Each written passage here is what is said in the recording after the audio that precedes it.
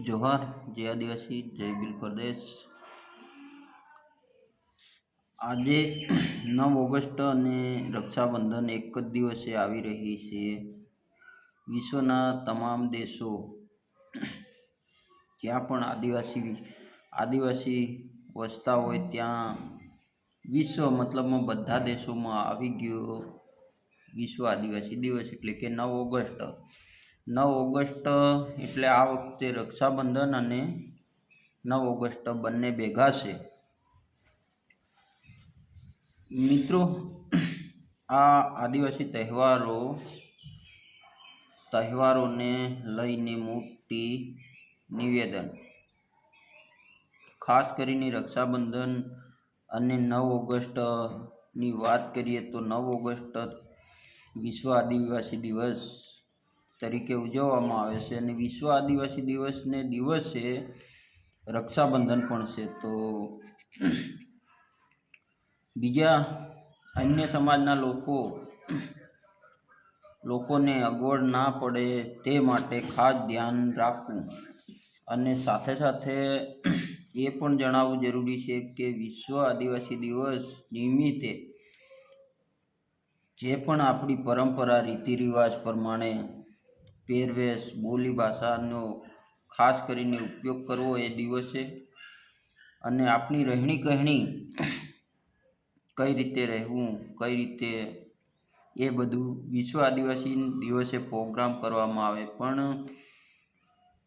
આદિવાસી વિસ્તારમાં મોટા ભાગના લોકો ફક્ત ને ફક્ત એવું સમજે છે કે ડીજે મનાવવાનું, પણ એવું મિત્રો નથી।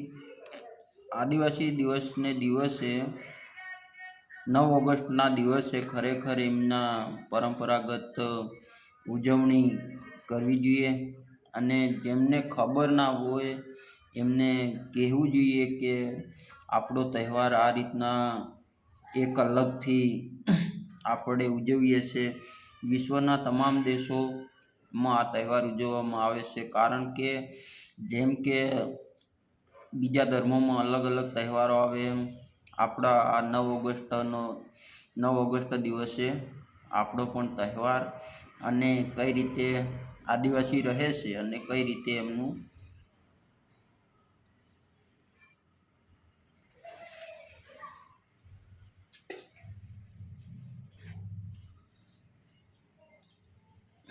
બધું આ વિડીયોમાં તમને હું જણાવી શકું એમ છે, પણ વિડીયો લાંબો થઈ જાય એટલા માટે ટૂંકમાં જ પતાવી દઈએ। આપણે વિશ્વ આદિવાસીના દિવસે ખરેખર આપણે આપણી પરંપરાગત ચર્ચા કરવી જોઈએ અને જે આપણે દેશી ઢોલથી નાચવું ખરેખર જોઈએ, ડીજે બંધ થવું જોઈએ અને આ રીતની મારી સલાહ સૂચન છે આપને બધાને। તો આપણો શું વિચાર છે અને ખરેખર શું કરવું જોઈએ? લોકો અન્ય સમાજના આપણને જેમ કે તેમ અલગ અલગ રીતના વાતો કરતા હોય કે એ ખાલી કૂદે નાચે ડીજેની અંદર, એટલે ખરેખર મારા મનથી ઢોલથી જ રેલી નીકળવી જોઈએ વિશ્વ આદિવાસી દિવસ 9 ઓગસ્ટની, કે ફક્ત ને ફક્ત ઢોલો રાખવા અને ઢોલથી જ આપણે નાચવું આપણી રીતિ રિવાજ પ્રમાણે તો વધારે સારું, એવું મારું પોતાનું મંતવ્ય છે। તો આપ બધા કોમેન્ટમાં કહેજો મારી વાત કેવી છે। અને આ વખતે બંને તહેવારો ભેગા છે એટલે ખાસ કરીને ધ્યાન આપજો, બીજાને અગવડ ના થાય એ માટે ધ્યાન આપજો। બસ આજનો વિડીયો આટલો જ। જય જોહાર જય આદિવાસી જય બિલ પ્રદેશ। અગત્યની વાત રહી ગઈ હતી એટલે પાછું કહેવું પડે છે કે ચેનલમાં નવા છો તો પ્લીઝ ચેનલને સબસ્ક્રાઈબ જરૂરથી કરજો, એક લાઈક પણ કરી દેજો। જોહાર।